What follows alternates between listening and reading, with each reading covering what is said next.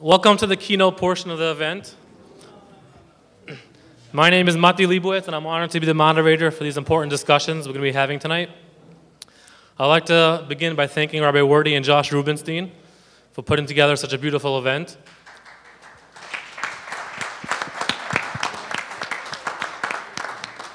Each year we come back here and it seems to just get better and better, so that attests to the success and the value this program gives.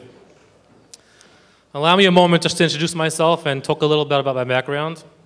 I'm a partner at Sol Friedman & Company, an accounting firm which was founded over 45 years ago by Sol Friedman. Our success is driven by how we perceive our roles as accountants. We do not view our roles as servicing businesses that have owners. Rather, our clients are owners who have businesses. Throughout this long time span, we have truly been privileged to be the forefront in helping businesses grow and successfully plan for their most effective tax benefit for their businesses and for themselves. We've helped the e-commerce sector as well as the manufacturing and servicing sectors extensively, and we have a broad range of knowledge in each of these industries. I'm confident that my experience as partner, assisting to cultivate the growth of these industries, will serve as a valuable tool for all of you here tonight. I've geared all my questions to our distinguished panel tonight based on my experience, knowing what is truly important in helping businesses grow, and I'm certain we will gain from their insight. You know, as an accountant sitting here amongst all these distinguished executives, I'm reminded of a story of a man flying his hot air balloon who needed to make an emergency landing in a far-off field. As he's landing, he calls out to someone passing by and asks, "Can you tell me where I am?" The passerby responds, "You're in a balloon in the middle of a field far off." To this, the man responds, "You must be an accountant. The information you gave me is very accurate, but utterly useless." The passerby answers back, "You must be a CEO. Only a CEO can steer a craft, yet have no control, and you want me, an accountant, to tell me where you're going." On that note, let me introduce each of the members of our panel. We have Brandon Furman, CEO of the Kitchenware brand.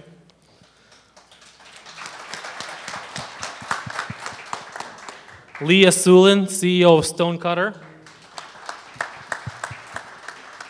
Moshe Malamed, the COO of Madway Furniture. And my good friend and a friend of our firm, Shlomi Greenwald, CEO of SGM Sochering. I just wanted to begin this segment by working our way around the panel and allowing each of the panelists to introduce themselves and tell us a little bit about their companies and what roles they play. So let us begin with Brandon at the end, and we'll come down this way. So I have a private label kitchenware brand, which means I source and sell my own products. And my role is pretty much everything. I run the company. Basically, it's a one-man company with a bunch of freelancers and outsourcers that do all the rest of the work for me. Right now, we sell in, I guess, 9 countries, and do several $1 million a year in sales. Yeah. Okay. Lee? Hey guys, so my name is Leah Sulin. I'm CEO of Stonecutter. So I am a management company, consultant, some might say, more management, where I work with large brands and manufacturers and get their products on Amazon. So I handle everything from uploading products, optimizing the listings, running your PPC, inventory management, reconciliations, literally you name it. My company removes the need for an employee or several employees at larger brands. So we manage upward of $10 million in gross sales. And I've been doing Amazon for predominantly, strictly Amazon management. And so I've been doing this for almost 7 years, selling on Amazon, but my company has been around for around 4 years. Hi, my name is Moshe Malamed. I'm COO and co-owner of Madway. We import furniture from countries all over the world and then sell it to pretty much anyone who will buy it. So that applies to all the online channels, the big ones, Amazon, Wayfair, Overstock, etc. We also sell wholesale, we sell offline, we sell at trade shows, etc.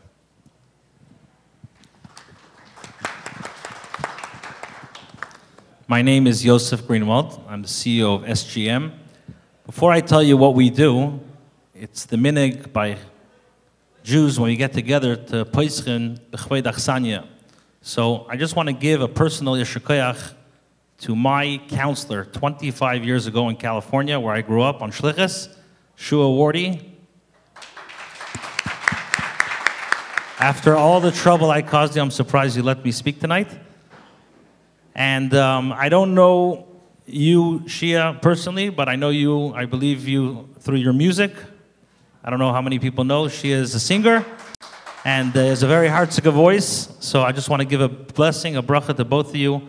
Big shukar for putting such a nice event together.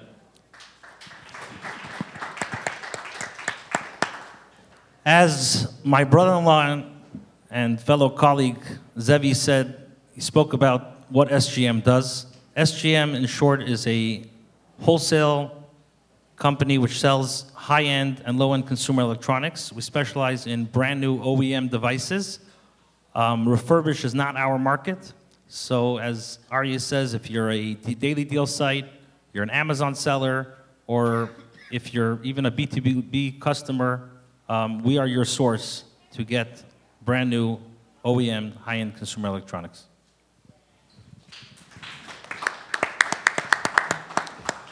Thank you for your introductions. I think it's clear that we could each gain a lot from you. I want to break out the session into 3 parts. First, I'm going to ask some general questions that we can get from the panel, each of their answers. Then I want to sort of go more specific to each person, as I'd like to cover more topics that way. And if there's time at the end, we would take some questions from the crowd. Each one of you have been chosen to speak here because of the success you've had in your business.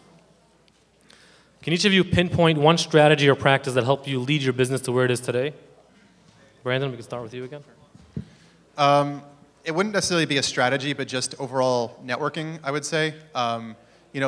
Selling in e-commerce, especially as my own brand with just basically myself, it can get lonely and it can be difficult to kind of look for all the answers just yourself. So, after I've started and kind of had some difficulty, networking is really the one thing that I would say was just kind of gasoline on my business. Talking to people and knowing people like Lee, for example, and other people who, I have a question, I can always get an answer. I can, reach out to a supplier or a provider who I know and just really, figure out what I need to do quickly instead of dwelling on the issue or even doing the wrong thing. My network is everything, and it's really, the main reason why I feel like I'm sitting on the stage here. Yeah, I mean, I obviously could not agree more. Networking, and what I was going to go after was learning. When I started selling on Amazon, I literally read every single blog post, every single software. I signed up for a free trial to see what they do and how they do it, just so that I can better understand what I need to do for my own business. And then when I sold my business and I started Stonecutter, what to do for my client's business. So, dedicating yourself to actually sitting and learning and not taking the super easy way out and letting other people do your work until you know exactly what you need to do. Because once you know what you need to do, then you can delegate that out. But if you're just kind of hoping that everybody else, does the hard work and you kind of have your 4-hour work week, that doesn't really work. I'll give 2 small ideas that have helped me a lot, especially in an operational role. The first one is, some of you may have heard this, but there's the concept of asking why. So I'll give an example that hopefully doesn't really happen, but anything's possible. You have someone in customer service and you get a phone call from a customer who's irate and says, I waited on the phone for 5 minutes, no one answered the phone. Okay. A lot of people would then go to customer service and do one of 2 things. Either they say, we need to hire another person, and they go hire another person, or they start berating those that are in customer service, saying, you need to answer the phone, you have to be better about it, etc. As opposed to asking why. So imagine this scenario. You say, why did no one answer the phone for 5 minutes? Well, it turns out both people in customer service were out at lunch at the same time.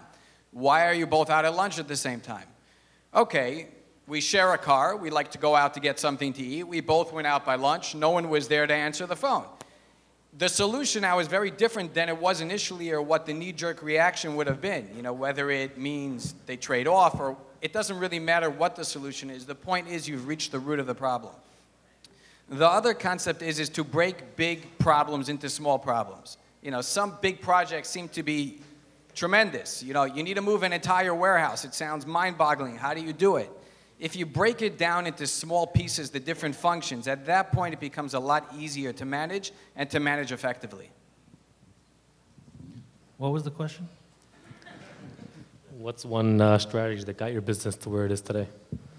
Okay, so to be honest, if I had to say one thing, it's definitely looking into living and guarding your business in a Torah way. Whether you always have to look, what does halacha have to say on business, whether it comes to hiring employees, paying employees. I think it's important when you do business with other Yidden and you're giving credit or terms, it's important to know the laws of ribis, because as the Torah in Shulchan Aruch says, that there's few times when it comes to the laws of ribis, it says in Shulchan Aruch, ma'oid ma'oid tzarich lizar. In other words, when it comes to the laws of ribis, you have to be very careful. So these are halachas that, as a business owner and as from a Yidden and any Jews who follow the Torah, we have to know these halachas. So to answer your question, the first and foremost thing is I look in what halacha says and what Torah has to say in running a erlicha business. But in a practical way, we're not such big Amazon sellers, or we don't have a furniture company, and we don't do private labeling. So the electronic industry is very, very saturated, and when I went into it, I was thinking, how can we stand out? Why are we different than the other 5,000 companies that are in Dubai? What's so special about SGM? And I would say through perseverance, through integrity, and through real, I don't take no for an answer. And if I have to get into a company, as my father taught me, if I can't go through the front door, I go through the back door. If I can't go through the back door, I go through the roof. No is not in our books, and I try to imbue and ingrain that in our staff, that when we need to get somewhere, we get somewhere. Thank you.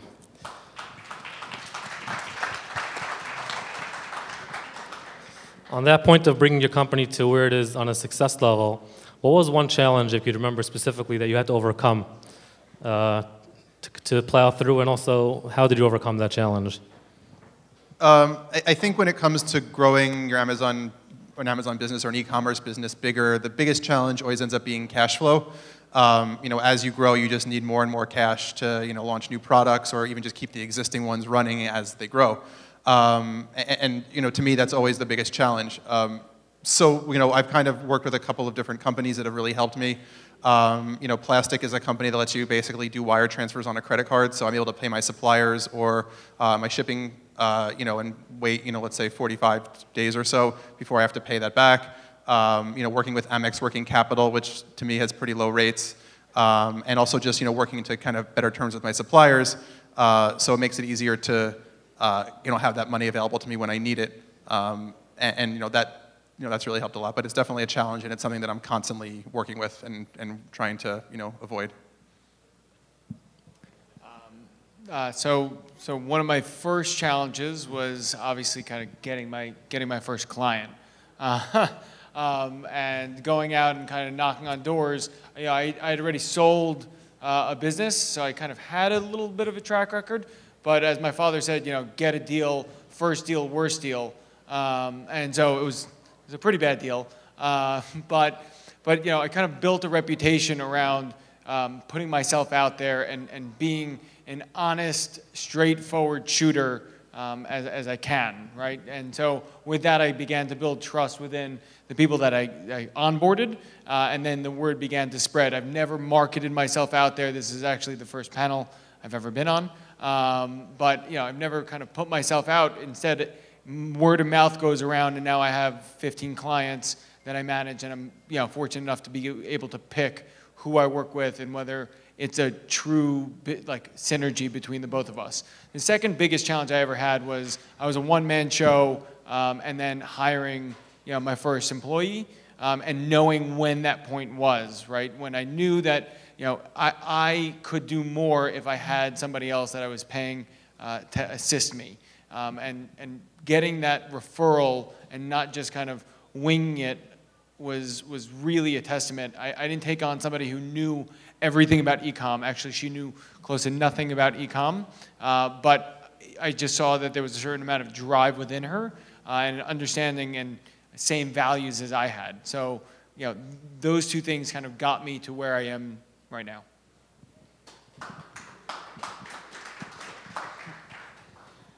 it's hard to go and pick, one challenge to bring out, since every day brings its own challenges, and it's rare that 2 days bring the same challenges. And hopefully that's not the case, because if that is, that means you haven't learned from the last one.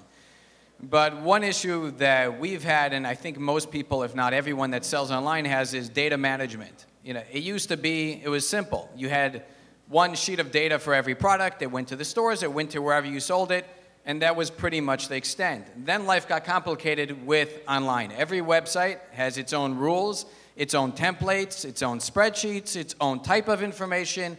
It wants it in a different format, etc. And managing all that data gets complicated. So when we first started out years ago, we were doing it all with Excel files, a sheet for this one, a sheet for that one.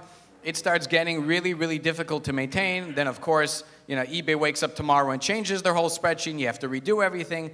So we built our own database. There are plenty of PIMs out there and other products like Seller Cloud that may make it easier. At this point, we built our own database that works for us, which has really, really made it possible to manage properly all that amount of information and keep everybody happy at the same time. I definitely agree with all three of you. I just want to share in our business, one of the challenges that we deal with is first of all, what's hot today might not be hot tomorrow. There are times that as an owner, invested in a certain iPad or a certain MacBook at a great price, thinking that, hey, the entire South America is going to jump on this, and guess what? They're not interested. So that's a challenge. Another big challenge in the electronic industry is chain supply.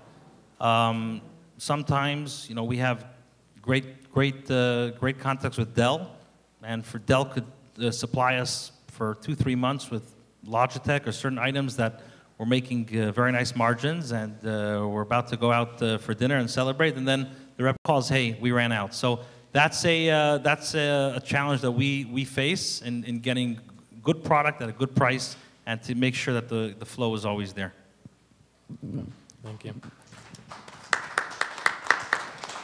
Lee, you've touched on this in your last answer. A lot of people have asked me to ask tonight, growing companies and entrepreneurs, when do you know the first time to hire? When do you know it's the right time? That's sort of the first jump people take into business when they're not alone anymore. So how do you decide, and what are you looking for in that first employee? Right. So actually, my first employee is actually here, Kelly. Everybody give her a hand.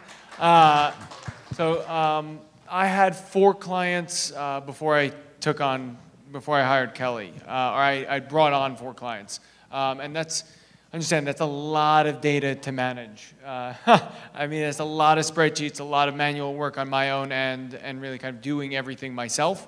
And then I realized I've literally had an awakening moment of, if I don't hire somebody, I'm gonna only have 4 clients, because I can't possibly manage anything more. I currently built out my own database as well, but I couldn't have had the headspace to even think about doing that without Kelly. And so, when I first spoke with her and sat with her, and I spoke to a bunch of different people, and I actually went through a few different hires. And the one thing I'll say about hiring, hire quick and fire faster, or hire slow and fire faster.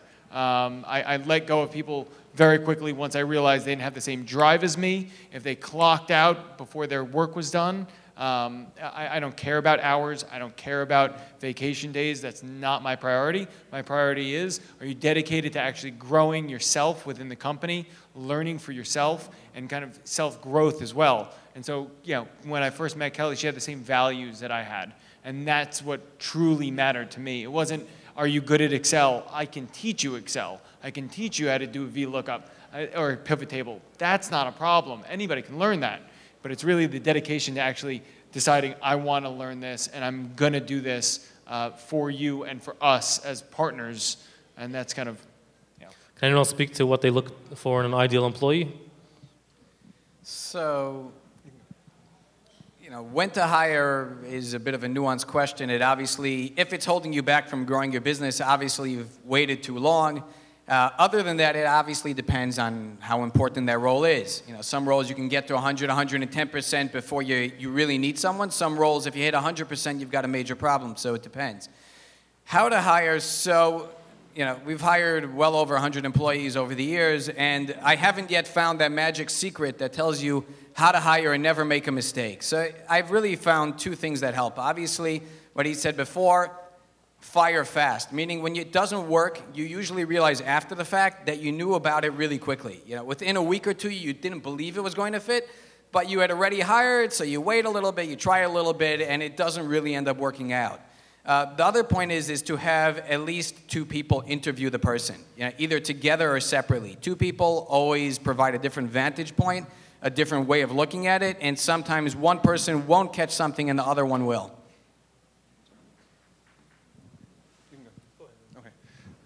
So everyone I hire is pretty much overseas and virtual. So for me, it's just about asking a lot of questions, doing a lot of tests, and really just doing my due diligence to just make sure that they do all the things they say they can, and that they're willing to listen to directions, or sometimes if I don't have directions, not listen to directions, but be able to perform based on what I provided them. So for me, it's a lot about just qualifying again and again and again until I'm down to like a specific number of candidates who I think will work for me. So they say a shidduch is like Kriyas Yamsuf, and I have to say that I got very lucky with my employees who are here tonight, and we have a group over here, we have a group in Delaware, and the beginning of hiring, I just went with family. I knew my sister, who was my first employee, was very detail-oriented. I'm not. So it was a very good combo, and what I wasn't good at, she was able to help me and make things that are very, very organized. And then the next employee I hired, who today I would consider literally my right-hand man, Levi, who I met him outside of my daughter's school one day, and I asked him, Levi, what's up, how are you? And he says, I'm looking for a job. I said, okay, come work by us. He says, what are you going to do? What am I going to do? I said, I don't know. Just come. I like you. You're a good guy. And that's the truth. And the truth is that I saw someone, as you said, someone who really cares, somebody who is passionate, and somebody who, did I have a job description that second? No. But I do the same thing today? Probably not, because we're more of an official company. But how we started is our core people is literally people that I just got, somebody that I felt has this, like you said, the same drive, the same integrity. And then I had a brother-in-law who was in the army, and he called me, and he says, hey, I just finished the army, the Israeli army. You got a job for me? And I said, yes. And he says, what am I going to do? I said, I don't know, but come work. And that's the honest truth. And then from one brother-in-law to another brother-in-law, and the rest is history. And thank God we have a great staff, and honestly, that is our success. So thank you. Let me just follow up. How is it working with your family so closely in your business on a daily basis? Yeah. That's a very, very good question. There's 7 siblings, so we're divided into 3. The oldest 2 siblings are shluchim in California, and then I have a sister and brother, and another brother who work also in the furniture business, and they're one side, and then it's me and my sister who work together in the electronic industry. We're a very tight-knit family, and we have no problem to say what we feel, but we know that what goes on in the office stays in the office, and I would say in a family working together is communication. If something's bothering you, don't hold it in. The more you hold it in, the more it's going to blow. So if something bothers you, get it out and move on. Good advice. Brandon, you mentioned outsourcing. Why have you chosen to go that route as opposed to hiring, employees? And in what areas of your business have you used it? In what areas? So I use outsourcing for pretty much everything. The main reason for me right now is cost. I don't think I'm as big as some of these guys here. So for me, it's really cost effective, and it really makes it, it's really quick to get a lot of work done, especially sometimes when I can, go to bed and wake up and, because they're in a different part of the world, it'll be done. So really, it's literally every part of my business. I have, about 3 or 4 different, outsourcers that I use, but a main VA who I work with every day. He's in the Philippines, and we literally talk throughout the day, and he works, at night and during my time. And it's really just, taking over literally every day-to-day aspect of my business. Okay. Yeah, sure. So I also have some outsourced employees, and I cannot tell you how helpful they can be. There's no one in America that I know of that loves doing tedious work. And there are people in the Philippines, they also don't love doing tedious work, but you can pay them a fraction of the price, and they're glad to do, whether it be data scraping or formatting or uploading products or any type of small menial task. I have somebody who is $3 an hour in the Philippines. He is the most attentive to detail, amazing guy, and I have him read 3 articles a day and send me a summary just so that he can also continue to learn and grow himself. Also knew nothing about Amazon before this, but he was, once again, I just connected with him on another level. But I cannot stress, if you can outsource something in your business, whether it be customer service, whether it be data, any of these things, you can definitely outsource something. I don't know about outsourcing customer service. That's probably the one area I'd be really wary about. I don't know how many of you have called companies and heard these foreign accents that you can't understand, and it's generally not a positive experience. But what I have found outsourcing works well for is, A, anything that's repetitive, because you can teach them once. It doesn't require a lot of decision-making, any complicated understanding. It's the same work again and again and again, whether it's data scraping or other data-related functions. And then the other one is technology. If you can get the right programming team overseas with the right management, they can usually do well on it. I personally have not had a lot of success when it comes to trying to outsource anything that requires complex decision-making or guesswork or anything like that. Do you outsource that? Do we outsource? The answer is yes. When it comes to programming or it comes to that part of the business, we definitely outsource. There was different programs that we tried using, and it just didn't work for our needs. And thank God we found an excellent programmer who's very detailed to what we need. And anyone who's running a business, whether you're using Seller Cloud or using Scubana or using any of those other platforms, they're great programs. And Seller Cloud is a phenomenal program. We used them in the past. And it's important when you do use a program to have a programmer who understands exactly what you need. Because you can have all the tools out there and you can have everything and all the reports and everything, but if you don't know how to use them, it's useless. Many entrepreneurs and small business owners have been finding it difficult to maintain a healthy work-life balance. Any advice you can give to anyone in the audience who's trying to grow their company and having that struggle? I'll go first. I went first before. So I'm really not very good at this, so I'm probably the worst person to talk about it. But I will say, something that does make me kind of take a step back is whenever I travel overseas to the other side of the world, where it's 12 hours time difference, and then I wake up in the morning and the day's already happened here, and all the problems and struggles and whatever, it's all done, and it's just all sitting there neatly in my inbox, and I can get through it in 40 minutes. And I realize that maybe I need to de-stress a bit and take a step back because it's really not necessary as much as I actually do it, but I still do it anyway. Go ahead, I still got to think. So this is one of those things where you usually preface and say, do as I say, not as I do necessarily.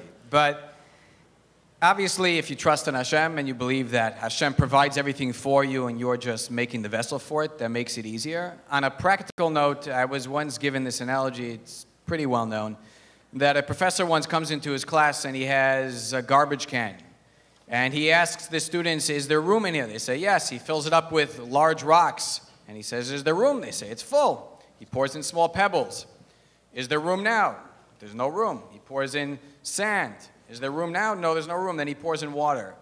Point being, if you make space for the large things, the important things in your day, the other things will all fill themselves in and they'll all get done. If you don't make time and a priority for the important things, then the important things don't get done. And if you focus on what you do on a regular day, most of what you do is just the regular run-of-the-mill. You're reacting to the issues that are coming up. Then there are the few things you do that are actually what drives your business forward and actually make a difference. Focusing on what actually makes a difference in the big picture and not getting too caught up in the small details is generally helpful. So I have to agree with you. I am not good at this at all. I struggle very, very much to find a healthy balance between business and personal life. I'm very, very grateful for my wife, Marla, who's in the crowd. Very patient as we grow the business. It's a very, very high-strung business. We're dealing with hundreds of millions of dollars a month, and our margins are slim, and we have to make sure that every single wire comes in. When you send a $500,000 pallet to Dubai, you have to make sure that you get paid. I mean, there's ways in the industry that we protect ourselves with insurance, forwarders, etc., but it's a very, very high-stress business. And you know, you can have people overseas that confirm with you a deal, and you're like, hey, I'm getting in $500,000 today, and I'm good, and the account's going to be very, very healthy today. And then, hey, bro, backing out. What do you mean you're backing out? Sorry, take it or leave it. And that's literally what we have to deal with on a day-to-day basis, is to make sure that we have, you know, the orders are filled and the orders are covered. One thing I would say in regards to balancing is you have to know sometimes how to let go. I'm not sure how many of you know that we have SGM is linked with MYS Buying Group. MYS Buying Group, we were featured in the AMI magazine. We thank God became a very big household name in the Fruma market. We have over 3,500 users, active users. And in the beginning, when I was involved in opening up MYS, I was very involved in the company and making sure that to answer every email and to customer service and to make sure that everyone is happy. You know, dealing with from Jews, it's not always so easy to keep them happy. So it's not a joke.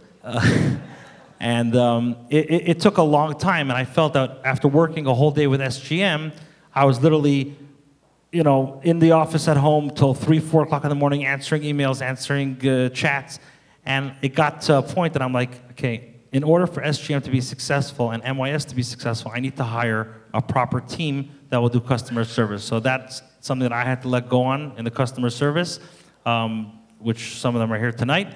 And I just said, guys, you're a team, I trust you, I know you for many, many years together, and if there's an issue beyond something that you can't control, please come to me. But besides for that, I had to let go of that business in regards to the day-to-day operation.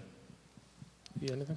So yeah, I had a very hard time managing work-life balance. I would wake up at 2:30 in the morning and start thinking about all my day's problems, and then look at my email, and then just be up and then listen to a podcast in order to fall back asleep.